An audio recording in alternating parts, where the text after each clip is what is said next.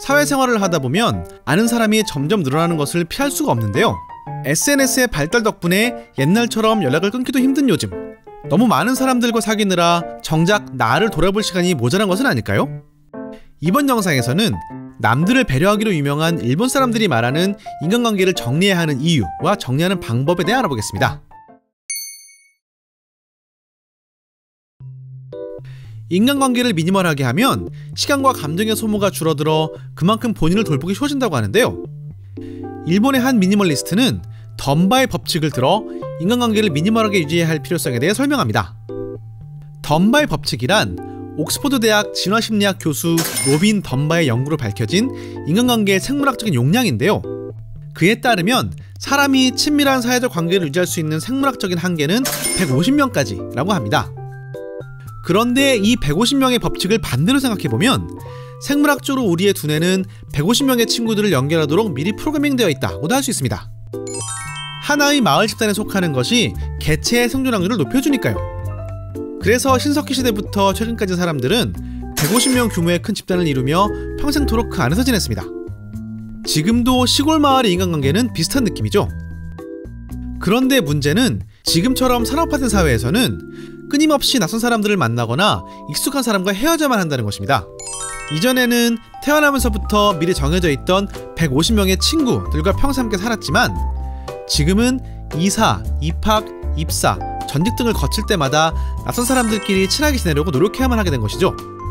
서로 다른 배경과 취향을 가진 사람들끼리 친해지는 것은 이전에는 없었던 힘든 일인데요.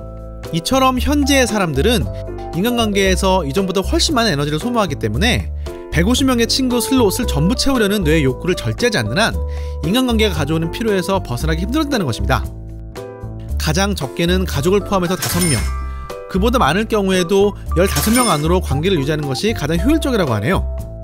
사람이 갖는 150명의 친구들 중 평소에도 신뢰하며 만나는 진짜 친구는 3명에서 5명 사이, 상대방이 죽었을 때 크게 슬퍼할 만큼 친한 관계는 15명 미만이라고 하니까요.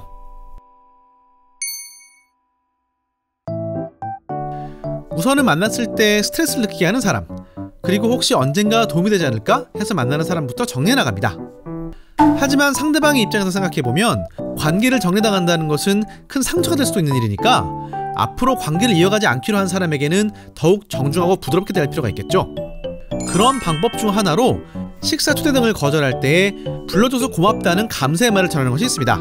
예를 들어 고마워, 그런데 그날은 다른 약속이 있어서 못 나가, 재미있게들 놀아 처럼 말하면 나갈 수 없어서 미안하다고 사과하는 것보다 서로 기분이 어두워지지 않고 거절당한 상대의 충격도 조금 완화된다고 합니다. 또한 회비를 내는 친구 모임 같은 곳은 졸업이라는 말을 쓰는 것도 추천이라고 하네요. 그간 너무 재미있게 잘 지냈어, 이런저러한 사정이 생겨서 다음 달부터는 여기도 졸업해야 할 것 같아 처럼 거절하면 이곳에서 무엇인가를 이루고 떠난다는 느낌이라 축하하는 분위기로 나갈 수 있다고 합니다. 이때 자격증을 공부하고 있다 처럼 자신에게 집중할 만한 이유를 드는 것도 좋다고 하네요.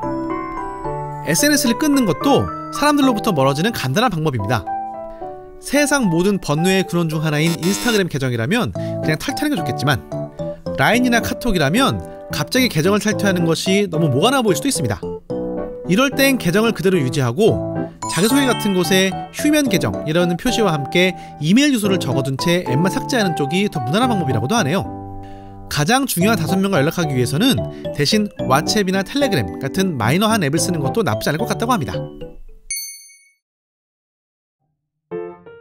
역시 일본 사람들답게 관계를 끊는 데에도 배려가 넘치네요.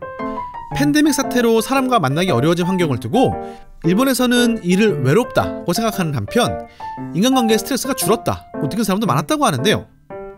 힘들 때 혼자서 조용히 푹 쉬고 싶은 마음은 굳이 미니멀리스트가 아니라고 해도 다들 마찬가지 아닐까요?